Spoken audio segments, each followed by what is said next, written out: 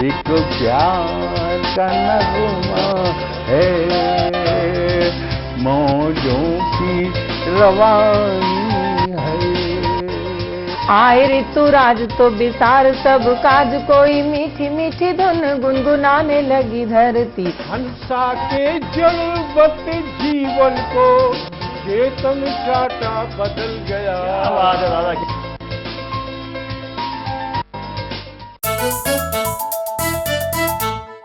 जितना जी में आए खाओ, बस खाते ही खाते जाओ।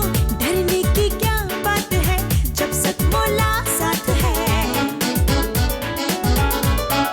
टेस्ट है इसका सबसे निराला, हर दिल पर जादू कर डाला। स्वाद स्वाद में जमकर खाया, सतमोला ने खूब बचाया। खाने से डरता है क्या? सतमोला।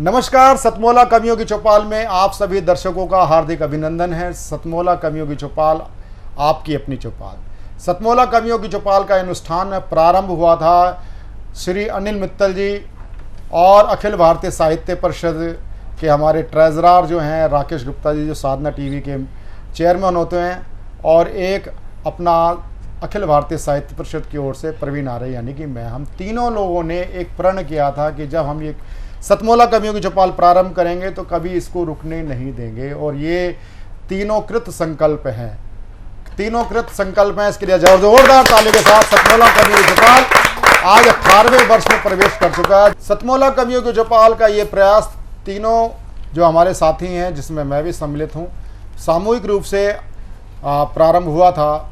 17वें वर्ष में जब हम प्रारंभ किया था तब भी हमारे लिए पुनीत अवसर था कि हमारे माननीय अध्यक्ष, दिल्ली विधानसभा के माननीय अध्यक्ष श्री रामनिवास गोयल जी इस कार्यक्रम में सतमोला के कैंपस में उपस्थित थे।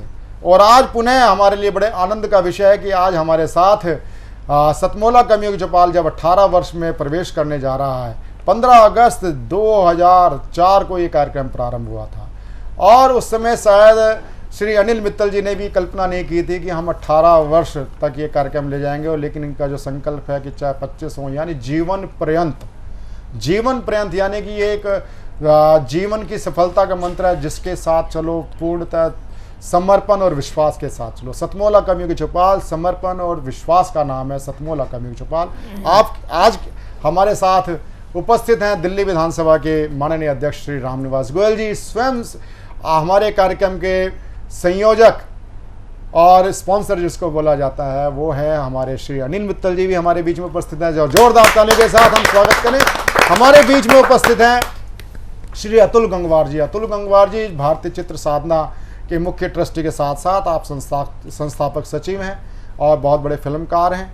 हमारे बीच में उपस्थित हैं स्पीडवेल के डायरेक्टर श्री नीरज गुप्ता जी, वह हमारे कार्यक्रम के विशेष सहयोगी हैं। हमारे बीच में श्री ब्रजेश गर्ग जी हमारे विशेष सहयोगी उपस्थित हैं, हमारे बीच में उपस्थित हैं हमारे कार्यक्रम के कोऑर्डिनेटर श्री अक्षय कुमार अग्रवाल जी। इतनी महान विभूतियों के बीच में आज सतमोला कवियों की चौपाल के विशेष एपिसोड हम आपके सामने लेके आ रहे हैं। तो हम प्रस्तुत करने जा रहे हैं जिस कवि को मैं सबसे पहले मैं प्रस्तुत करने जा रहा हूँ, वो होता है देश का शीर्षस्थ पैरोडीकार। और आज सतमोला कवियों की चौपाल में जिनको विशिष्ट सम्मान से आपको अलंकृत किया गया, माननीय विधानसभा अध्यक्ष श्री राम निवास गोयल जी बहुत ही आपकी भूरी भूरी प्रशंसा करके गए। ये भूरी भूरी प्रशंसा उन्होंने करी, ये भी बड़ी बात है, लेकिन उससे बड़ी बात है कि आप जैसा कवि हमारे सतमोला कवियों की चौपाल की एक निधि है, एसेट्स है। तो मैं बड़े आदर के साथ श्री सुनहरी लाल वर्मा तुरंत जी को आमंत्रित करता हूँ अपनी हास्य रचना के लिए। स्वागत है सभी, स्वागत। नमस्कार सभी को। तो आज की मैं एक कविता के 2-3 पहले तो वो सुनाता हूँ मुक्तक। स्वागत। गब्बर को लोग कहते थे बहुत बड़ा गुंडा था, बड़ा बड़ा डाकू था। उसमें अच्छाइयाँ भी देखिए कितनी थी। आहा। स्वागत। कोई कहता है कि गब्बर बहुत सड़ालू था, कोई कहता है कि गब्बर बहुत सड़ालू था, और कोई कहता है कि डाकू था वो चिढ़ालू था। कोई कहता है कि डाकू था वो चिढ़ालू था, और वो अगर चाहता ठाकुर का सिर उड़ा देता। वो अगर चाहता ठाकुर का सिर उड़ा देता। हाथ काटे थे फकत वो बड़ा दयालु। कविता की वो बड़ा दयालु था। बस हाथ ही काटे थे उसने। हाँ, और देखिए उसकी सादगी, देखिए हाँ। जीवन में सादगी उसकी कितनी अच्छी थी हाँ। कि पूरे बीहड़ के दिलो जान से चहेता था। पूरे बीहड़ का दिलो जान से चहेता था, और वो शहर के नहीं खादर के लुत्फ लेता था। वो शहर के नहीं खादर के लुत्फ लेता था, और सादगी ऐसी कि खैनी का शौक था केवल। सादगी ऐसी कि खैनी का शौक था केवल, एक ही शर्ट में महीने गुजार लेता था। एक ही शर्ट में महीने गुजार लेता था। और हास्य का बहुत बड़ा प्रेमी था। हास्य का, हास्य रस का तो दिल, हास्य रस को तो वो दिल से ही प्यार देता था। हास्य रस को तो वो दिल से ही प्यार देता था, और कालिया जैसों को अद्भुत दुलार देता था। कालिया जैसों को अद्भुत दुलार देता था, और क्रोध करता न था गब्बर बहुत ही हंसमुख था। अरे वाह। क्रोध करता न था गब्बर बहुत ही हंसमुख था, और हंसा हंसा के ही गोली से मार देता था। हंसा हंसा के ही गोली से मार देता था। इतना अच्छा व्यक्तित्व था। जी, और गब्बर बहुत सुंदर जी, बहुत। मैं ये बताना चाहता हूँ, सुनहरी लाल वर्मा तुरंत जी ने तो हमारा काम धंधा चौपट करने का ख्याल कर लिया। वैसे तो मैं खुद फिल्म समीक्षक हूँ, फिल्म फेस्टिवल्स में प्रिव्यू कमेटी मेंबर भी हूँ, लेकिन आज जीपी सिप्पी जी, रमेश सिप्पी जी, जब क्या नाम ये अगर एपिसोड देख रहे होंगे, मैं निश्चित तौर पर उनको भेजूंगा रिकॉर्डिंग, तो वो देखेंगे तो वो तो दोबारा कहेंगे भाई ऐसी फिल्म समीक्षा दोबारा होनी चाहिए। और क्योंकि शोले फिल्म एक अपना उसने इतिहास रचा, और उस ऐतिहासिक फिल्म का जो खलनायक है, उस खलनायक को नायक बनाने का जो बीड़ा सुनहरी लाल वर्मा तुरंत जी ने उठाया है, बहुत ही प्रशंसनीय है। एक रावण को नायक बनाया जाता है, हमारे एक पैरोडीकार ने खलनायक को नायक बना डाला। जोरदार तालियों के साथ नए फिल्म समीक्षक सुनहरी बाबा तुरंत को मैं प्रणाम करता हूँ। सतमोला कवियों की चौपाल में एक बार पुनः हम जिनको आमंत्रित करना चाहते हैं, कविता पाठ कराना चाहते हैं, उनका नाम होता है नौशाद खां गाजी। नौशाद खां गाजी को मैं तब से मेरे साथ जुड़े हुए हैं, सतमोला कवियों की चौपाल में भी आए आप। जैन टीवी में मेरा शो चलता था, 3.5 घंटे का लाइव शो चलता था, प्रत्येक रविवार को इंडिया लाइव चलता था। विवेक गौतम उसका संचालन किया करते थे और उसमें कई किस्से हैं, उसमें उसी से आप हमारे साथ जुड़े थे इंडिया लाइव से फिर सतमोला कवियों की चौपाल में भी आप आए। और मैं ऐसे कवि पुराने अपने शायर मित्र को मैं आमंत्रित करता हूँ, जहाँ जोरदार तालियों के साथ आमंत्रित कर रहा हूँ श्री नौशाद खां गाजी। मैं चाहता हूँ कि 2 शेर वतन के लिए फिर मेरा वतन में रहेंगे, वतन चाहिए, वतन में रहेंगे, वतन चाहिए, चमन में रहेंगे, चमन चाहिए, चमन में रहेंगे, चमन चाहिए। आखिरी शेर देखिए, बेटे ने जो कविता पढ़ी थी उसकी बड़ा उम्दा कविता पढ़ी, शेर समाप्त पर हमीद और फिर भी ना जी हमीद और शेखर ये कहते रहे, हमीद और शेखर ये कहते रहे, तिरंगे में लिपटा बदन चाहिए, तिरंगे में लिपटा बदन चाहिए। आखिर से समाप्त करेंगे। ये मोदी जी कहते बड़े जोर से, ये शासन भी कहता बड़े जोर से, आतंकियों होश में अब रहो, आतंकियों होश में अब रहो, हमें देश में अब अमन चाहिए, हमें देश में अब हमारे बीच में बहुत शानदार काव्य पाठ कर रहे हैं सतमोला कवियों की चौपाल में। उनका नाम होता है श्री अरुण साहिबाबादी जी आए हैं हमारे बीच में। अरुण साहिबाबादी जी से मैं निवेदन कर लूँगा कि एक छोटा सा काव्य पाठ है हमें ज़रूर दें। आपने पीछे इतने हमारे बीच में कई प्रकार का आपने विषय रखे हैं, तो एक छोटा सा 2 मिनट का एक गीत कोई हमारे सामने प्रस्तुत करें अरुण साहब। हाँ जी, 2-4 अशआर पढ़ देता हूँ, देखिएगा। दूसरा कोई इसका ठिकाना नहीं,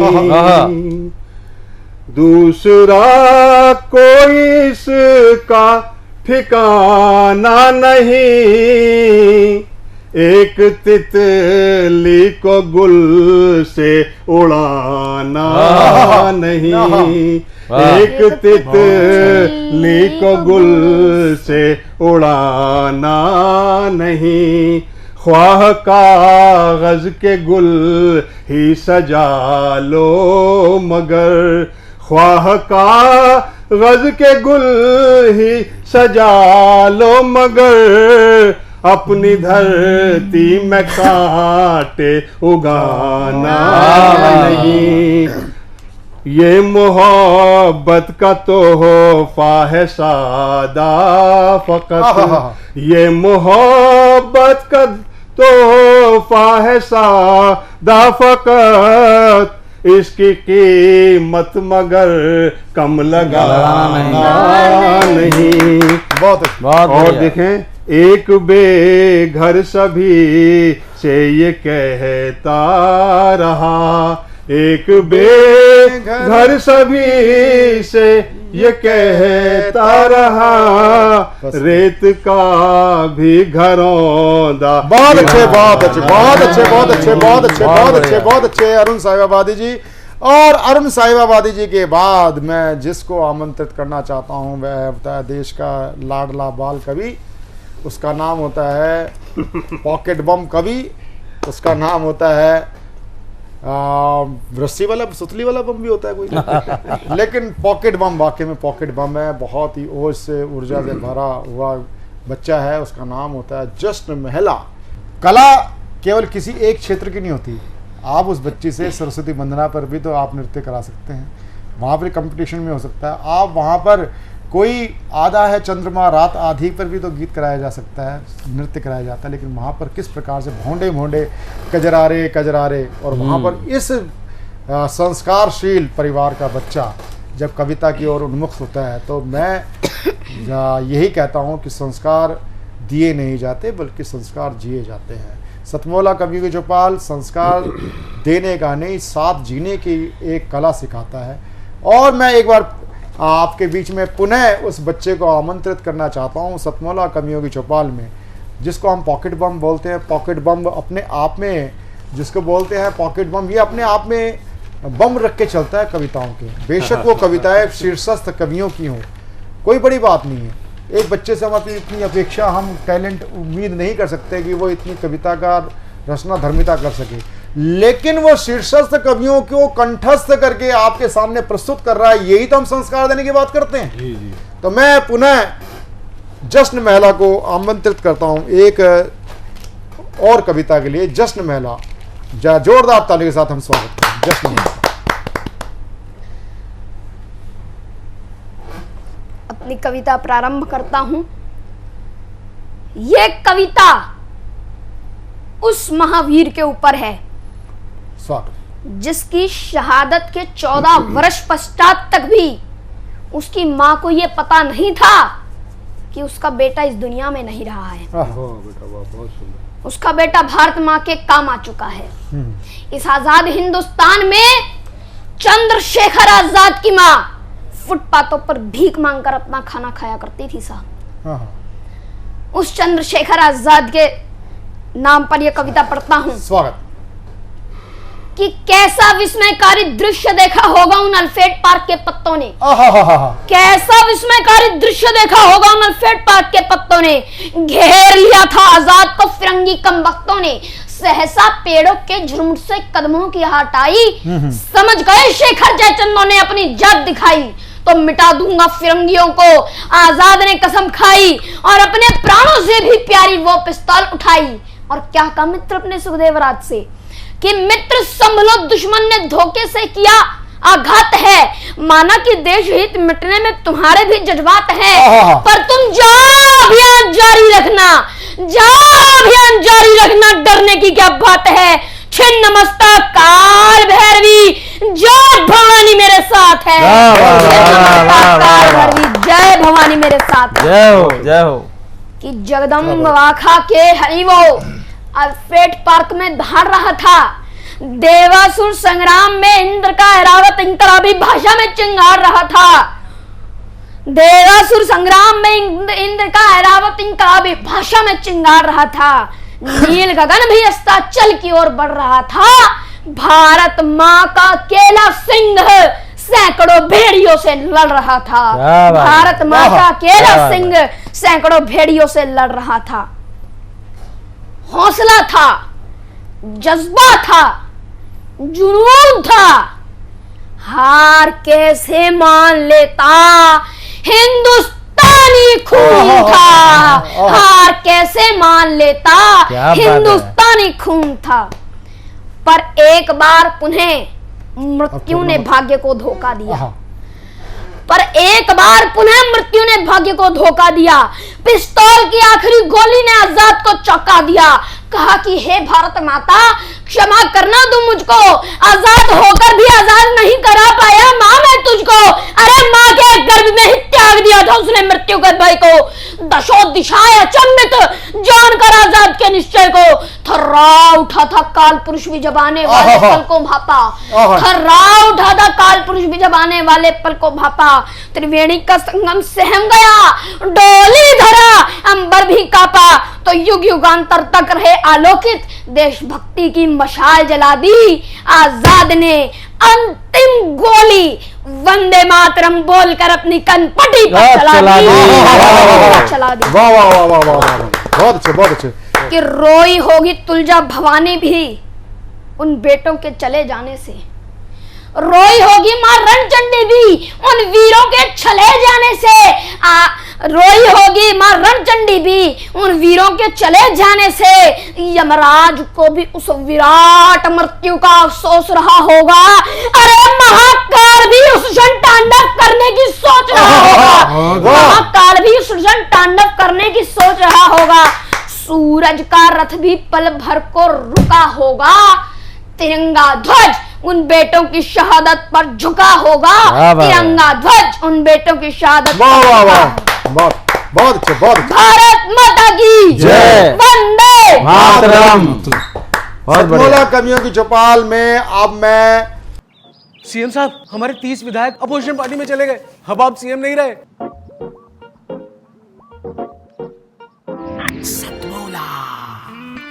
तो अब नया सीएम कौन बन रहा है? चल सतमोला खाओ, कुछ भी पचाओ। सतमोला कवियों की चौपाल में एक बार पुनः आपका हार्दिक स्वागत है। कमर्शियल ब्रेक पे जाने से पहले आप सुन रहे थे सुनेरी लाल वर्मा तुरंत जी को, नौशाखा गाजी जी को। इतने वरिष्ठ कवियों को सुनने के बाद आप सोचेंगे कि अब क्या, अब आपके सामने और श्रेष्ठ कवियों का एक गुलदस्ता हम आपके सामने लेके आए हैं, कविताओं का गुलदस्ता लेके सामने आए हैं। और आज जब बात होती है, आज से यानी कि 2014 से पूर्व भगवा की बात करना यानी भगवा आतंकवाद कहलाता था। और आज आलम ये है, चाहे वो कवि मंच हो, चाहे वो सत्ता के सदन हो, वहाँ भी भगवा की बात होती है और खुल कर के बात होती है।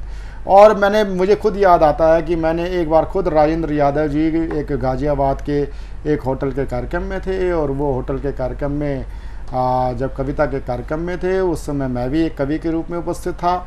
और वो व्हील चेयर पे थे, व्हील चेयर पे होने के बावजूद वो सरस्वती वंदना के लिए उन्होंने असमर्थता प्रकट करी कि मैं माँ सरस्वती के पास नहीं जा सकता क्योंकि मैं व्हील चेयर पे हूँ। हमने कहा कोई बात नहीं, लेकिन वही राजेंद्र यादव जी जिस समय भरे कवि सम्मेलन के अंदर हॉल के अंदर उन्होंने सिगरेट पीना शुरू किया तो मैंने तत्काल टिप्पणी करी, उनको रोका, और यहाँ तक की है कि मैंने उनसे उनके हाथ से सिगरेट छीनने की भी कोशिश की, लेकिन आयोजक ने मुझे आग्रहपूर्वक मना किया कि नहीं, ये नहीं होना चाहिए।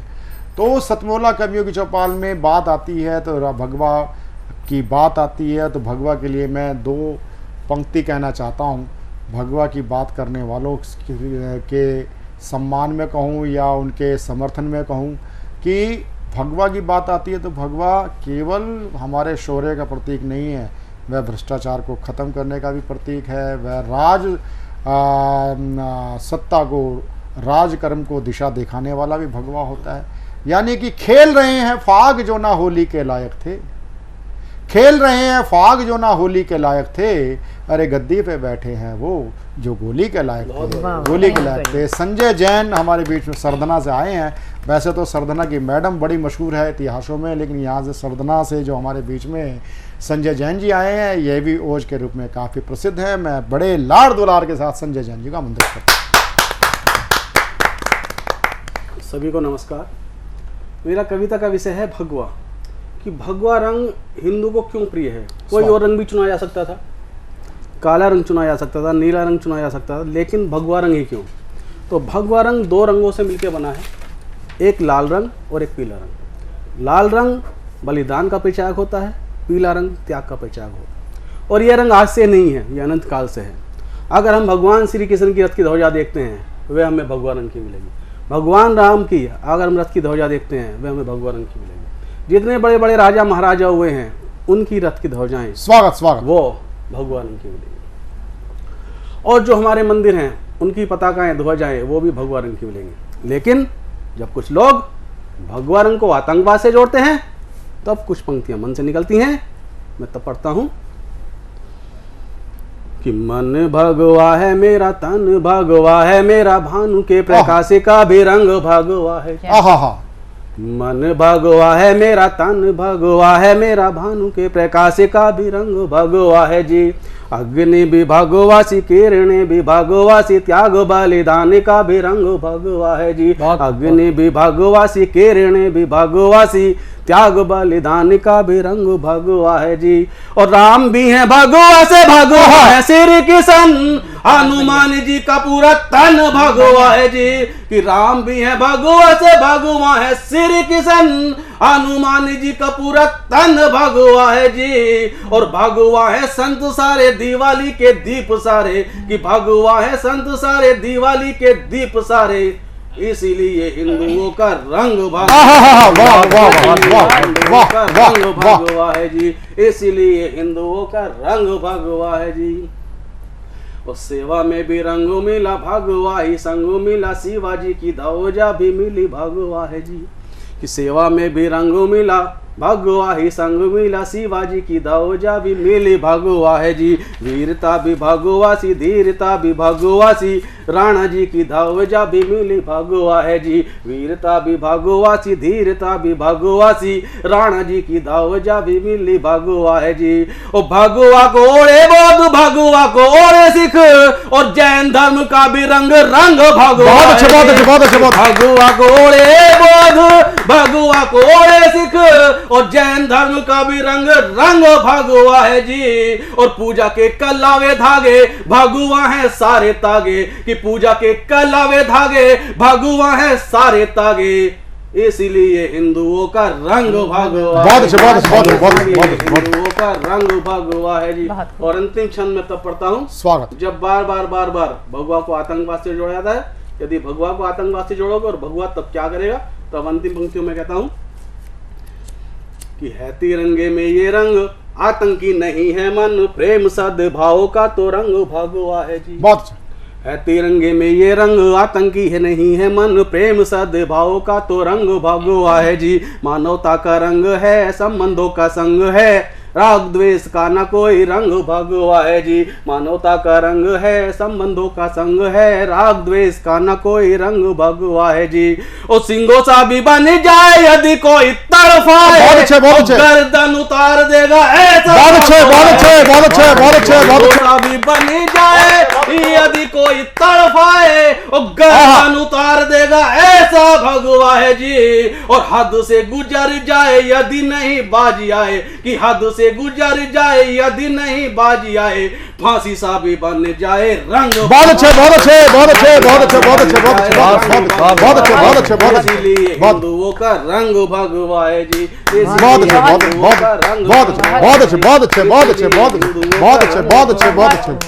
ये थे संजय जैन जी, जो ओज का कवि होता है, ओज का कवि आरोह पे चलता है। और अगर मैं कहूँ जो गीत होता है वो आरोह का साथी होता है अवरोह। और आरोह अवरोह के इस क्रम में आरोह में जो हमने ओज का एक सिंहनाद सुना संजय जैन जी के रूप में, सिंहनाद के रूप में मैं सिंहनाद में एक जो होता है, जो कविता का जो सिंहनाद होता है, जैसे एक सिंह जब अपनी गर्जना करता है, सिंह जब गर्जना करता है उसकी दहाड़ कितनी दूर जाती है। ओज का जो कवि होता है सिंहनाद, एक सिंहनाद जो सिंहावलोकन का मैं एक आपको छोटा सा एक लक्षण देना चाहता हूँ। मैंने पहले भी इसका प्रयोग किया था। सिंहावलोकन के अंदर एक विशेषता होती है कि जहाँ पंक्ति समाप्त होती है, जिस शब्द से अगली पंक्ति का निर्माण वहीं से प्रारंभ हो जाता है। कि नेता नेता का उल्टा है ताने, नेता नेता का उल्टा है ताने, ताने बाने ऐसे ताने, ताने बाने से बन नेता, नेता बनता सर्व चहेता, चहेता बन करता उद्घाटन, उद्घाटन कर देता भाषण, भाषण में होता आश्वासन, आश्वासन क्या देखा धोखा। कविता लंबी है, ये मैं केवल अब बीच बीच में किस लिए छोड़ जाता हूँ कि आपकी ललक कविता के प्रति बनी रहे। और अब कविता की ललक आपके साथ जो बनी हुई है उसके साथ में जोड़ना चाहता हूँ। एक इतने शब्दों के अंगार छोड़ने के बाद शीतल जल की भी आवश्यकता होती है। जैसे बोलते हैं ना, जब हम यज्ञ करते हैं तो यज्ञ जब अत्यधिक प्रज्वलित हो जाती है तो उसमें हम जल संचयन करते हैं, जल को छिड़कते हैं चारों तरफ, ये हवन करते हुए डालते हैं ना। तो उस समय उसकी भूमिका के लिए मैं आमंत्रित करना चाहता हूँ गीत गज़ल की मल्लिका उषा श्रीवास्तव, उषा राज गाजियाबाद से हमारे बीच में पधारी हैं। मैं उनको गीत का अपने मैं गीत की 2-3 पंक्तियां मैं से उनको आमंत्रित करना चाहूँगा कि कहूँ क्या किस तरह से ज़िंदगी को जी लिया मैंने, कहूँ क्या किस तरह से ज़िंदगी को जी लिया मैंने, चुभन सुई घुटन धागा लबों को सी लिया मैंने, बहारों से भरा मौसम, बहारों से भरा मौसम, कभी भी रास कब आया, गुलों को छोड़ कांटों का सहारा, सहारा ही लिया मैंने, सहारा ही लिया मैंने। उषा श्रीवास्तव, उषा राज जी, बहुत बहुत आभार सर। और मैं उषा श्रीवास्तव, उषा राज गाजियाबाद से। मूल रूप से मैं अयोध्या की हूँ और भगवा की बात चली है तो रामचंद्र जी के ऊपर, राम मतलब सत्य है, हर किसी कोई इसको अपने ही लिए ले।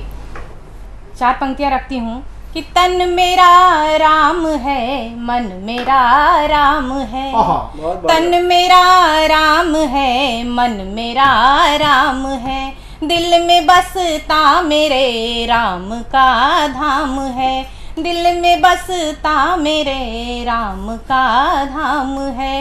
रज अयोध्या मुझे जैसे चंदन लगे, रज अयोध्या मुझे जैसे चंदन लगे, मेरी माटी की खुशबू 4 धाम है, मेरी माटी की खुशबू 4 धाम है, मेरी माटी की खुशबू 4 धाम है। और एक धनाक्षरी रखती हूँ आप सबके सामने, सुनिएगा कि हर किसी के लिए है जो भी मुझे सुने। चंद दिन जिंदगी है हंसिए हंसाइए ना, चंद दिन जिंदगी है हंसिए हंसाइए ना, खट्टी मीठी बातें सारी रार भूल जाइए, चंद दिन जिंदगी है हंसिए हंसाइए ना, खट्टी मीठी बातें सारी रार भूल जाइए, कितने दिनों की सांसें मिली भगवान से है, प्रेम को लुटा के हर बात भूल जाइए, प्रेम को लुटा के हर बात भूल जाइए।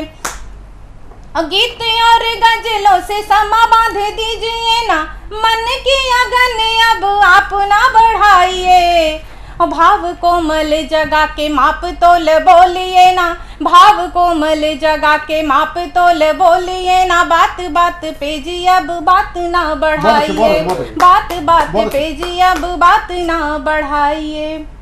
और कुछ अशार रखती हूँ आप सबके सामने, 2 अशार पहले सुने।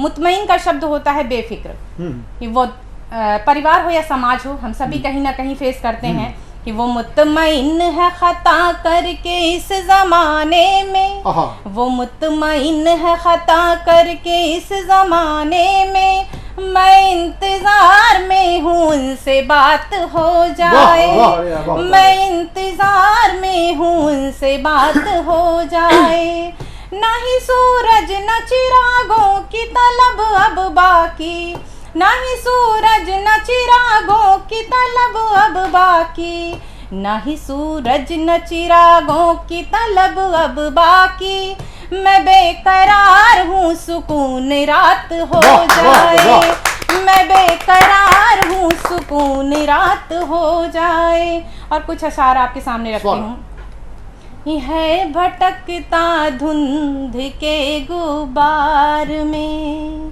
है भटकता धुंध के गुबार में, है भटकता धुंध के गुबार में, खोखला हर आदमी बाजार में, खोखला हर आदमी बाजार में, आज कीमत क्या भला जज्बात की, आज कीमत क्या भला जज्बात की, आज कीमत क्या भला जज्बात की, ठग रहा हर आदमी व्यवहार में, ठग रहा हर आदमी व्यवहार में। और ये मेरा बहुत पसंदीदा शेर है। ये हर तरफ घाटे हर तरफ घाटे का सौदा ही हुआ। बहुत अच्छे, बहुत अच्छे। हर तरफ घाटे का सौदा ही हुआ, हर तरफ घाटे का सौदा ही हुआ। कुछ मुनाफा तो मगर हो प्यार में, कुछ मुनाफा तो मगर हो प्यार में। रात में खामोशियाँ पसरी हुई, रात में खामोशियाँ पसरी हुई, रात में खामोशियाँ पसरी हुई। बंदी से कुछ तो हुई है रार में, बंदी से कुछ तो हुई है रार में। क्या शिकायत आपकी कह दीजिए, क्या शिकायत आपकी कह दीजिए, क्या शिकायत आपकी कह दीजिए। बात उछले ना कहीं बाजार, बात उछले ना कहीं बाजार में। और एक ये शेर है बचपन में जब हम रहते हैं, लड़के बचपन में भी मिलते थे गले, लड़के बचपन में भी मिलते थे गले, लड़के बचपन में भी मिलते थे गले। होती थी कब दुश्मनी तकरार में, होती थी कब दुश्मनी तकरार में। और अंतिम शेर रखती हूँ, शोहरतें इतनी ज़माने में मिली, शोहरतें इतनी ज़माने में मिली, शोहरतें इतनी ज़माने में मिली।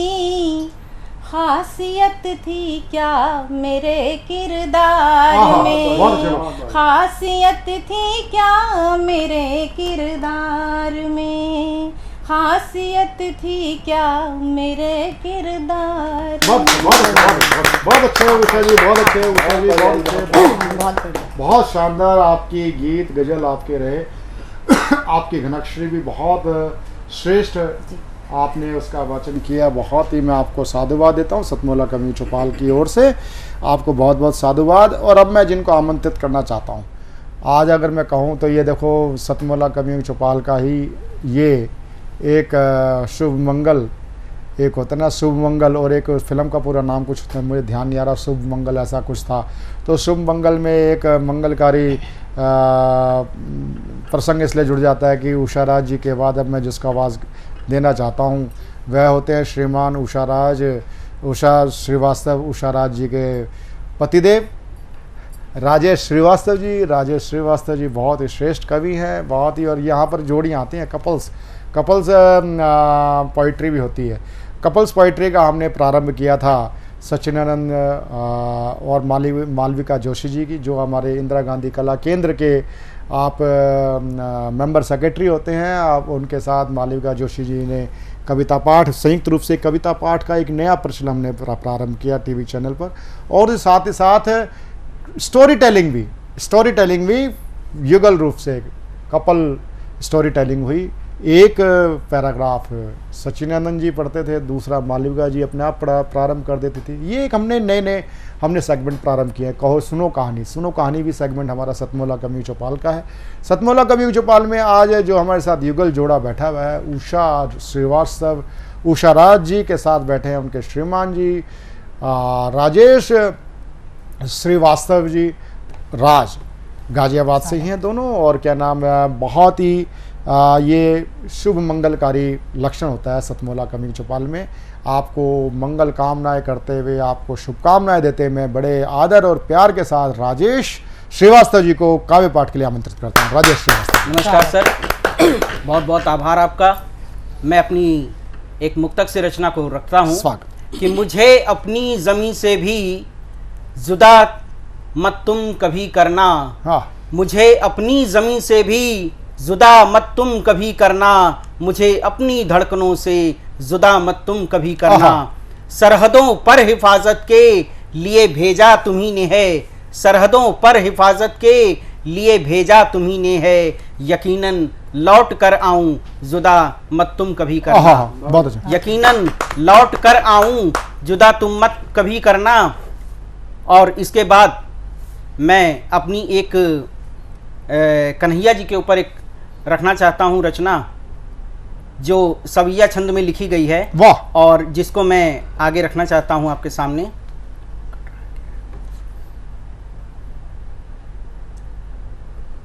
कि वो शोखी अदाएं वो नाजुक कलाई, वो शोखी अदाएं वो नाजुक कलाई, वो गिर के उठना वा गिर के उठना। वाह श्रीवास्तव जी। शोखी अदाएं वो नाजुक कलाई, गिर के उठना वा उठ कर के गिरना।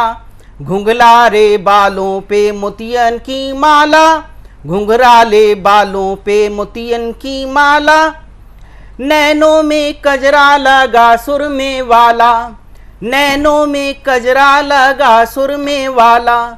यशुमती का दुलारा कुंवर कन्हैया, यशुमती का दुलारा कुंवर सा कन्हैया, पग में पैजनिया गले चंद्रमाला, पग में पैजनिया गले चंद्रमाला। अधरों पे लाली कानों में कुंडल, अधरों पे लाली है कानों में कुंडल, कभी माटी खाता कभी माखन चुराता, कभी माटी को खाता कभी माखन चुराता। नंद का है लाला सबसे निराला, नटखट कन्हैया बलदाऊ का भैया। नंद का है लाला सबसे निराला, नटखट कन्हैया बलदाऊ का भैया। कभी माँ को अपनी जग को दिखाता, थिरकता भटकता जिधर है वो जाता। कभी माँ को अपनी जग को दिखाता, थिरकता भटकता जिधर है वो जाता। लम्हे वो राहें ठहर सी हैं जाती, सखियां वो ग्वाले हैं आहें ही भरते। लम्हे वो राहें ठहर सी हैं जाती, सखियां वो ग्वाले आहें ही भरते। आसमां वो जमी दुआएं ये करते, आसमां वो जमी ये दुआएं ही करते।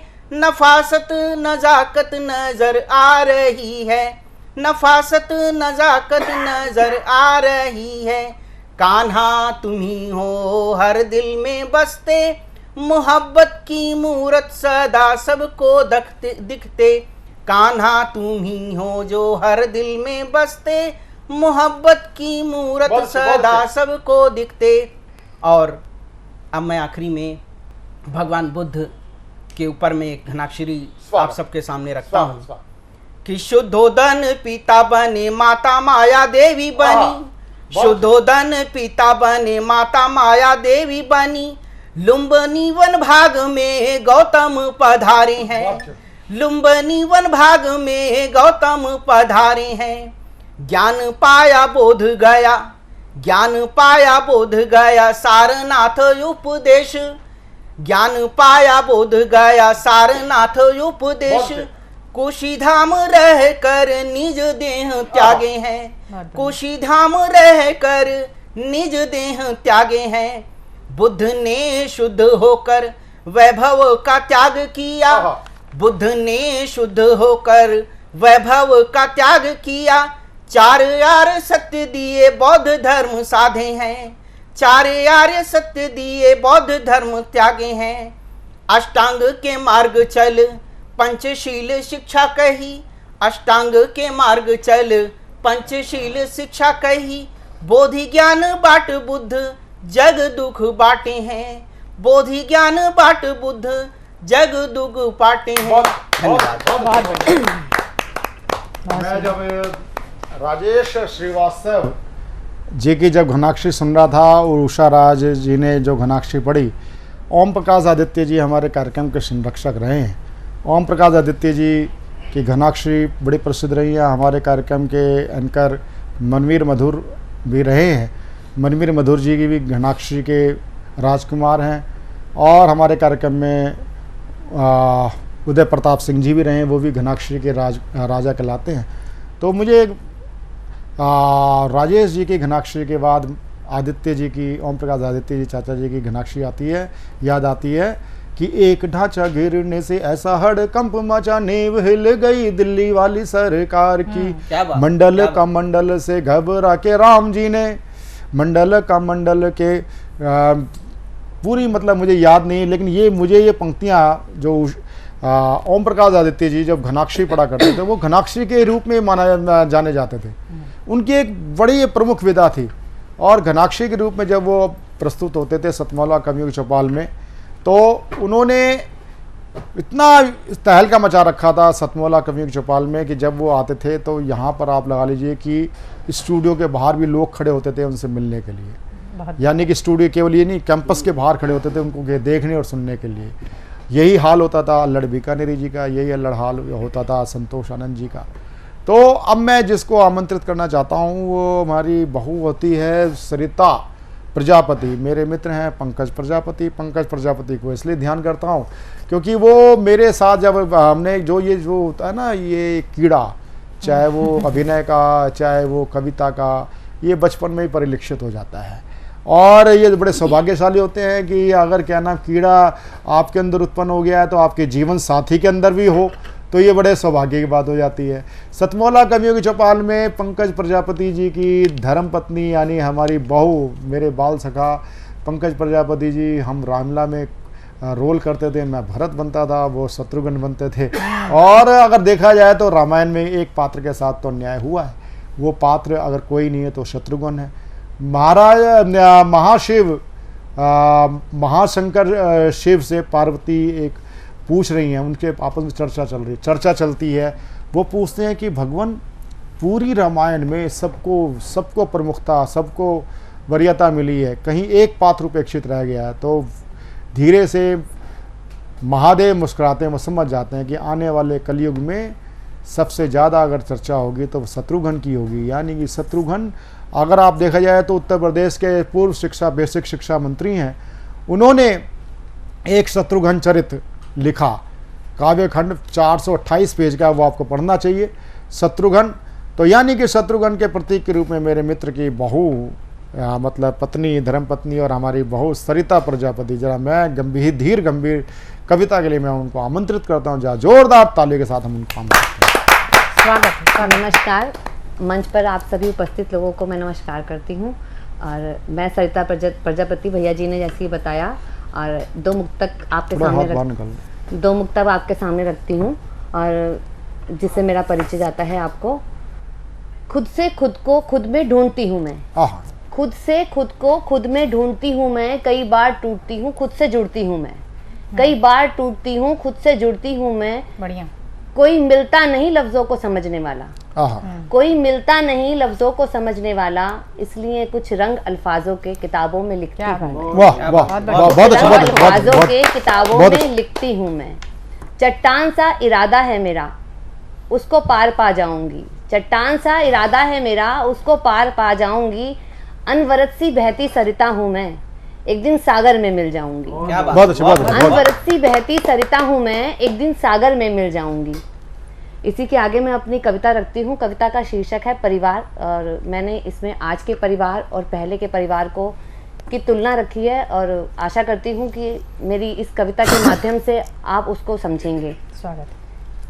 सबके घर के आंगन में, सबके घर के आंगन में एक बरगद जैसे डेरे हैं, सुखों की दहलीज को चूमते नए सवेरे हैं। जहाँ जीवन में कोई मोल नहीं है दौलत का, जहाँ जीवन में कोई मोल नहीं है दौलत का, बस खुशियाँ सबको घेरे हैं, हम इसे परिवार कहते हैं। बहुत अच्छा। माँ के हाथों की चटनी रोटी भी पकवान सी लगती है, माँ के हाथों की चटनी रोटी भी पकवान सी लगती है। बाबूजी की डांट भी कभी मन को हरती है, बाबूजी की डांट भी कभी मन को हरती है। हम माँ के आंचल में छिपकर रहते हैं, हम इसे परिवार कहते हैं। बहुत अच्छा, बहुत अच्छा। घर की दीवारें भी यहाँ, घर की दीवारें भी यहाँ प्यार के गारे से चिनती हैं, घर की दीवारें भी यहाँ प्यार के गारे से चिनती हैं।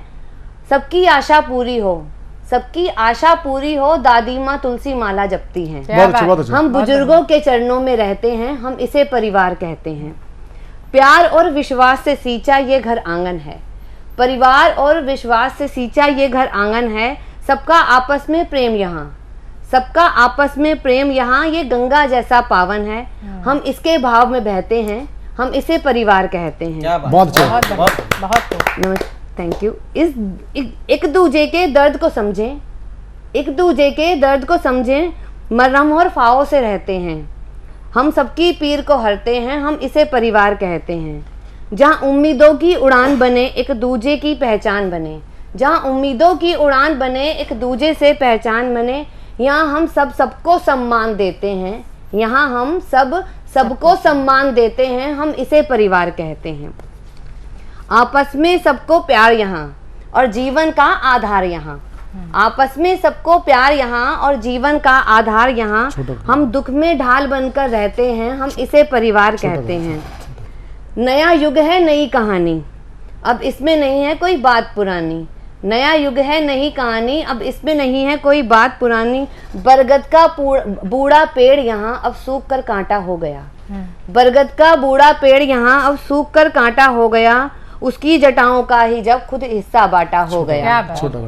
प्रेम की टूटी टहनी सींचा जिसको प्यार से, भाई भाई को मारे कटाक्ष ऐसे लगे तलवार से। माँ के हाथ की चटनी रोटी अब कहाँ मिल पाती है, फूलों की वो नाजुक डाली जब दो भागों में बट जाती है।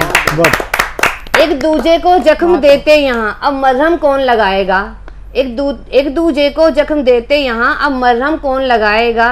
ये गहरे जख्म में ऐसे एक दिन बूढ़ा बरगद ढह जाएगा। देकर अपने हिस्से की जमीन मैं खुद को खोखला कर लेता, देकर अपने हिस्से की जमीन में खुद को खोखला कर लेता। मर जाता मैं पल भर में पर ऐसे ना पल पल मरता, मर जाता मैं पल पल में पर ऐसे ना हर पल मरता। भाई भाई का दर्द न पूछे कहाँ गए वो राखी टीके, बूढ़े माप लाचार हैं ये कहते इसे परिवार हैं। छोटी छोटी बातों से ही बहुत बड़ा अलगाव है, रूठो तो ना मनाए हम बिना परिवार के त्योहार है, रूठो ना तो मनाए ना हम बिना परिवार के त्योहार है। बूढ़ा बरगद सोच रहा, बूढ़ा बरगद सोच रहा कि काश ना जटाओं को पनाह देता, बूढ़ा बरगद सोच रहा कि काश ना जटाओं को पनाह देता। मजबूत सी रहती बाहें मेरी और मैं भी हरा भरा रहता। मजबूत सी रहती बाहें मेरी और मैं भी हरा भरा रहता। बहुत अच्छे सरिता, बहुत अच्छा बेटा, बहुत अच्छा। तो ये थी सरिता प्रजापति दिल्ली से। और अब मैं जिनको आमंत्रित करना चाहता हूँ वह बहुत उम्दा शायर होते हैं, उन शायर का नाम होता है जो हमारे बीच में पधारे हैं कि सतमोला कवियों की चौपाल में अगर राजनेता आए और वो भी इतना संवैधानिक पद पे आसीन व्यक्ति हो और कविता के रस से आप प्रभावित रहे। और मुझे पता है आप तो काव्य रसिक हैं, और आप काव्य रसिक हैं तो हम आप क्योंकि मैं आपको युवा काल से सुनता आया हूं, तो मैं एक छोटी सी कविता के आपको निवेदन करना चाहूँगा। ये चारों एपिसोड में ये कविता लगेगी, तो मैं आपसे आग्रह करना चाहूँगा एक छोटी सी कविता जरूर आप हमें जोरदार तालियां। मेरा बेटा लंदन में रहता है। पूर्व पश्चिम पिक्चर मैंने जब देखी थी तब से उधम सिंह काम्बोज का उनके विषय में जानकारी मिली। जलियांवाला बाग भी 2 बार जाना हुआ। स्कॉटलैंड में उनकी समाधि बनी है, मैं भी दर्शन करने गया था। उस वक्त जो क्या बीती होगी उधम सिंह काम्बोज पर, उनको मैंने कुछ पंक्तियों के माध्यम से लिखा है। जिस दिन उधम सिंह काम्बोज जी को फांसी दी जानी थी, वो सुबह उधम सिंह काम्बोज क्या सोच रहे होंगे, क्या उनके मन में विचार आए होंगे। कालकोठरी में बंद खिड़की में से लंदन की हवा का शीतल हवा, उसका एक झोंका आया। क्या कहते हैं उधम सिंह काम्बोज जी, ओ पवन तुम आज जाना अभी जाना मेरे भारत देश जाना, ओ पवन तुम आज जाना अभी जाना मेरे भारत देश जाना। तो आज इतनी चंचल क्यों है, तो आज इतनी शीतल क्यों, माना मैंने चाहती हो मेरे जख्मों पर मरहम लगाना। अगर इतनी हमदर्दी मुझसे तो पवन कुछ ऐसा करो, सांस बन मेरी सांसों में मिलो, मूरत बनी माँ की दिल में मेरे तुम पहचान जाना, पहचान जाना। तुम आज जाना, अभी जाना, मेरे भारत देश। हवा लंदन की है, उनको पहचान बता। सागर चरण धोता है उसके, मुकुट हिमालय शोभित है, हो नतमस्तक बढ़ जाना पुरी की ओर, अयोध्या भी जाना, मथुरा भी जाना, गंगा की शीतलता अपने संग लेती आना। हाँ, जलियांवाला बाग जाना नहीं भूल जाना, हो पवन तुम आज जाना, अभी जाना, मेरे भारत देश। हम सब जगह जाते हैं, लेकिन जलियांवाला बाग कितना जाते हैं। देशभक्ति की बात बहुत करेंगे, मंदिर मस्जिद की बात बहुत करेंगे, लेकिन जहाँ हजारों लोग शहीद हो गए थे वहाँ हम कितना जाते हैं, इसका चिंतन करें। अंतिम पंक्ति है, बस कार्य इतना कर तुम लौट आना, बस कार्य इतना कर तुम लौट आना, फिर तुम्हारी चंचलता और शीतलता में, फिर तुम्हारी चंचलता और शीतलता में महक मेरे देश की आएगी। क्या बात। कण कण तुम्हारा पवित्र होगा, सांस बन पुनः मेरी सांसों में मिल जाना, है मेरी सांसों बस फिर तुम हमेशा के लिए रुक जाना। बहुत अच्छे, बहुत अच्छे, बहुत अच्छे, बहुत अच्छे, बहुत अच्छे, बहुत अच्छे, बहुत अच्छे, बहुत अच्छे, बहुत अच्छे, बहुत अच्छे, बहुत अच्छे। या मैं बहुत बहुत आभार व्यक्त करता हूँ माननीय अध्यक्ष श्री रामनिवास गोयल जी का, और मैं आशा करता हूँ जैसे कि अनिल मित्तल जी ने भी एक डेट सुनिश्चित कर दी है कि अगस्त माह में अगर आप सहर्ष आप आमंत्रण देंगे तो दिल्ली विधानसभा में ये कार्यक्रम कवियों की चौपाल, सतमोला कवियों की चौपाल आपके आशीर्वचन से सजेगी। और मैं आपको विश्वास दिलाता हूँ कि जिस प्रकार से आपने पूरी समूची विधानसभा को ऐतिहासिक बना दिया, क्रांतिकारियों की विधानसभा बना दिया, आपको साहित्य की दृष्टि से इतना समृद्ध वहाँ पर हम आपको एक चौपाल देंगे, कवियों की चौपाल देंगे, सतमोला के माध्यम से सतमोला कवियों की चौपाल देंगे कि आपके इस एक उल्लेखनीय कदम से सभी अपने क्षेत्र में सतमोला कवियों की चौपाल के लिए आपसे आग्रह करेंगे कि हमारे विधानसभा क्षेत्र में भी एक सतमोला कवियों की चौपाल हो। मैं आपसे आपका बहुत ही बहुत आभार व्यक्त करता हूँ, आपके क्या नाम आशीर्वाद से मैं बड़ा अभिभूत हूँ। तो आप हमारे सतमोला कवियों की चौपाल के मित्तल जी के साथ आप हमारे अभिभावक हैं, अभिभावक के रूप में हमारे ऊपर आपका आशीर्वाद बना रहे। आपका हार्दिक आभार, साधुवाद। और आप ऐसा ही आनंद लेना चाहते हैं और आप सतमोला कवियों की चौपाल के अंदर काव्य पाठ करना चाहते हैं आजीवन सदस्य बनकर। आजीवन सदस्य बनने का मतलब है हमारी आजीवन सदस्यता 5 वर्ष की होती है। प्रत्येक 6 महीने के आवर्तन पर हम आपको बुलाते हैं, यानी कि 6 महीने की साइकिलिंग में आप हमारे बीच में आते रहेंगे, ये हमारी कमिटमेंट रहती है। और साथ ही साथ केवल यही नहीं है, उसके साथ साथ यदि आपको कविता की समझ है और कुछ आप अपनी 2-3 पंक्तियां भी आप बोलना चाहते हैं तो हम वीडियो सेगमेंट के जरिए आपको अपने कार्यक्रम से जोड़ सकते हैं। सतमोला कवियों की चौपाल में आपको आजीवन सदस्य बनना अनिवार्य होता है। सतमोला कवियों की चौपाल में यदि आप आना चाहते हैं इस प्रोग्राम में, जो कि एक विश्व का सबसे पुराना साहित्यिक कविता का कार्यक्रम है, सतमोला कवियों की चौपाल 15 अगस्त 2003 से अनवरत प्रत्येक रविवार को ये प्रसारित होता है साधना टीवी पर, साधना टीवी के सभी नेटवर्क पर, और न्यूज़ चैनल जो साधना ग्रुप का है, हर खबर पर प्रत्येक रविवार 11 बजे आपके लिए प्रसारित किया जाता है। और सतमोला कवियों की चौपाल में आप यदि सम्मिलित होना चाहते हैं, कविता पाठ करना चाहते हैं, तो टीवी स्क्रॉल पर चल रहे नंबर 9711182183 पर आप हमें कॉल कीजिए, व्हाट्सअप कॉल कीजिए, व्हाट्सअप मैसेज कीजिए, अपना वीडियो भेजिए, आप हमसे अपॉइंटमेंट ले सकते हैं। एक बार मैं दोबारा आपको नंबर मैं दोहरा रहा हूँ 9711182183। तो ये नंबर स्क्रॉल पर भी चल रहा है और रेगुलर चलता रहता है, आपने आशा है नोट कर लिया होगा। अगले रविवार फिर मिलते हैं ज्येष्ठ और श्रेष्ठ कवियों के साथ। नमस्कार।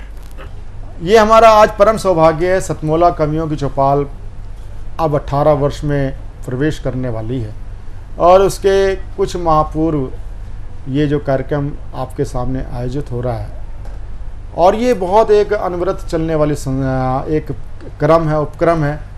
आज हमारे बीच में माननीय दिल्ली विधानसभा के अध्यक्ष हमारे बीच में, अगले महीने जो रहने वाले हैं सहर्ष, जिन्होंने अपनी सहर्ष स्वीकृति दी है, बहुत अच्छे एक मोटिवेशनल स्पीकर हैं जिनको हम पूरा विश्व सोनू शर्मा के नाम से जानता है।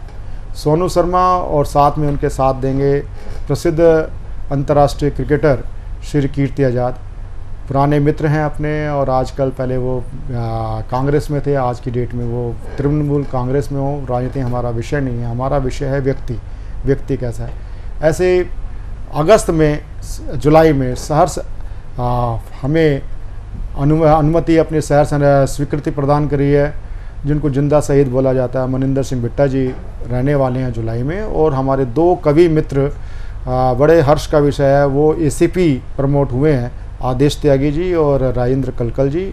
वो एक आज़ादी के 75वें अमृत महोत्सव पर वो कार्यक्रम विशेष रूप से रहेगा। और अगस्त माह में ही हमें 18 वर्ष हम पूर्ण करने वाले हैं, तो उसमें मैं विशेष रूप से आज उसी क्रम में जो हमारा हर वर्ष और हर एपिसोड में ये हमारा रहता है कि नए जो नव पुष्प हैं उनको एक ऊर्जावान प्रभा मंडल मिले, उस नाते आज हमारे बीच में माननीय दिल्ली विधानसभा के अध्यक्ष जी, जो कि हमारे अपने परिवार के ही, हमारे सतमोला परिवार के ही हमारे एक अभिभावक हैं। तो मैं उस क्रम में सतमोला कवि चौपाल में हमारे फिल्मकार मित्र श्री अतुल गंगवार जी जो हमारे भारतीय चित्र साधना के मुख्य ट्रस्टी और स्थापना काल से जुड़े हमारे सचिव हैं, फिल्मकार हैं। इनकी कई विश्व प्रसिद्ध डॉक्यूमेंट्री, निदा फाजली पर आपकी बहुत शानदार आपकी डॉक्यूमेंट्री हैं। आप पूर्व में राष्ट्रीय सहारा चैनल में आपने काफ़ी लंबे समय तक पत्रकारिता की, आज हमारे बीच में उपस्थित हैं। मैं उनका हार्दिक अभिनंदन करता हूं, स्वागत करता हूं और आमंत्रित करता हूं श्री अतुल गंगवार जी को आए और हमें अपनी शुभकामना और कवियों को कुछ संदेश देने का कृपा करें। प्रवीण जी, सबसे पहले तो मैं आपका आभार प्रकट करता हूं कि आपने मुझे यहाँ निमंत्रित किया और ऐसे जो हमारे गुणी कवियों हैं उनको सुनने का मौका दिया। और मुझे ये जानकर बहुत खुशी हुई, अक्सर आप जब फेसबुक पर और व्हाट्सएप पर हमारे साथ पोस्टर शेयर करते थे तो तब से मेरी अभिलाषा थी कि कभी मैं भी इस कार्यक्रम में सम्मिलित हूँ और आनंद लूँ। और मेरा परम सौभाग्य है कि अपने दिल्ली के विधानसभा अध्यक्ष माननीय श्री रामनिवास गोयल जी के साथ मेरे को बैठने का मौका मिला। हमारे बुजुर्ग हैं, जब मैं छात्र राजनीति में था तब से मैं उनको देख रहा हूँ और उनका स्नेह और आशीर्वाद मिलता रहे। किसी भी कार्यक्रम को लंबे समय चलने के लिए 18 वर्ष हो गए हैं, तो किसी न किसी ऐसे व्यक्ति की आवश्यकता होती है, ज़रूरत होती है। और ऐसे भाई अनिल मित्तल जी आपके साथ जुड़े हैं, जो सतमोला कवियों की चौपाल को निरंतर समर्थन दे रहे हैं।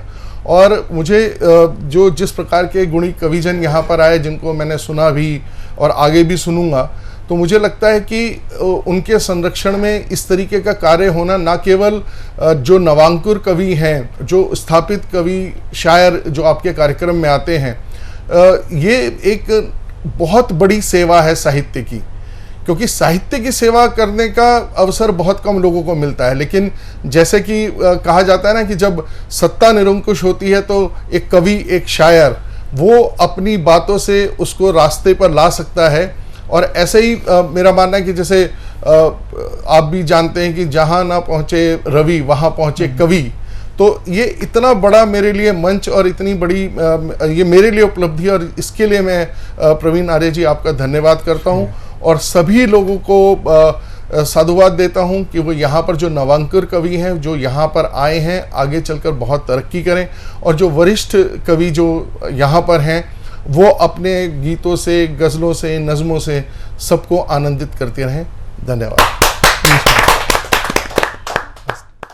और आज जो मेरे साथ हैं इस कार्यक्रम के लिए विशेष, जिनका मैं आभार इसलिए व्यक्त नहीं कर सकता क्योंकि वो खुद मेरे साथ इस कार्यक्रम का भार 18 वर्ष से आप अपने कंधे पे आपने चढ़ा रखा है। और ये सामूहिकता के भाव, आप एक एंगल साधना टीवी है, राकेश गुप्ता जी हैं, एक एंगल श्री अनिल कुमार मित्तल जी हैं, सतमोला है, और एक एंगल कवियों की चौपाल है। आज अगर क्या नाम हम सोचें सतमोला अलग चल सकता है कार्यक्रम कविता के साहित्य में, या कवियों की चौपाल अलग चल सकता है, तो ये असंभव है। बिल्कुल। और ये एक ऐसा एक ईश्वर प्रदत्त गठबंधन हो चुका है तीनों का। सतमोला कमियों चौपाल चाहे वह सब दशहरे पे इतना बड़ा कार्यक्रम करते हैं, कम से कम 10-15 लाख का बजट का कार्यक्रम अकेले आप रामलीला में, बालाजी रामलीला में आप करते आ रहे हैं। कोरोना काल के बीच में बेशक ना हुआ हो, तो वो सतमोला कमियों की चौपाल का कवि सम्मेलन हो, और चाहे 2004 15 अगस्त 2004 के प्रारंभ के 4 एपिसोड हों, उसकी ये अनवरत यात्रा किस प्रकार चल रही है, मैं उसके लिए श्री अनिल मित्तल जी हमारे इस कार्यक्रम के अगर मैं कहूँ तो अभिभावक हैं। अभिभावक के नाते मैं श्री अनिल मित्तल जी को मैं सादर आमंत्रित करता हूं कि वह अपना आशीर्वाद सतमोला कमियों की चौपाल के नवांकुरों को दें। श्री अनिल मित्तल जी। नमस्कार, मैं अनिल मित्तल, चेयरमैन सतमोला ग्रुप, सतमोला कवियों के चौपाल के सभी दर्शकों का स्वागत करता हूं। और आज मुझे बहुत खुशी है कि सतमोला कवियों के चौपाल में दिल्ली सभा विधानसभा के अध्यक्ष श्री रामनिवास गोयल जी, जो मेरे बड़े भाई की तरह हैं, मेरे पिता तुल्य हैं, उनका मेरे को सानिध्य प्राप्त हुआ, उनका आशीर्वाद प्राप्त हुआ, तो मुझे बड़ा खुशी है। और मैं चाहूँगा कि आगे भी वो ऐसे ही हमें अपना आशीर्वाद बनाए रखें हमारे पे। और मुझे एक विश्वास नहीं होता, एक सपने की तरह लगता है कि 18 साल पहले जब परवीन जी मेरे पर आए कि मैं किसको कवियों का एक प्रोग्राम करना चाहता हूँ, तो मैंने सोचा यार ऐसे ही थोड़े टाइम के लिए ये अपना टाइम पास करना चाहते हैं, तो मैंने इनको हाँ कर दी। मैंने कहा चलिए आप करिए, और हम लोगों ने साधना टीवी पे इसका सफ़र शुरू करा, और आज 18 साल हो गए लगातार करते हुए। तो मुझे इतना अच्छा लग रहा है इससे जुड़कर, इनके साथ सदियों के सतमोला कवियों के चौपाल में मुझे मौका मिला इसके थ्रू। आज कवियों की जो कवि वर्ग है हमारा, ऐसा बुद्धिजीवी वर्ग है कि ये अगर हम इसको प्रोत्साहन नहीं देंगे तो धीरे धीरे ये लुप्त होता जाएगा। तो आज ये संस्कृति को उसको बचाने के लिए अगर सतमोला परिवार इसके साथ जुड़ा हुआ है तो बड़े एक सौभाग्य की बात है, और मैं हमेशा इसके साथ जुड़ा रहूँगा। और परवीन जी और मेरा साथ जैसे चल रहा है, मैं कहूँगा ज़िंदगी भर ये प्रोग्राम जब तक भी चलाएं वो चलता रहे, और सतमोला परिवार इसमें हमेशा जुड़ा रहेगा। धन्यवाद।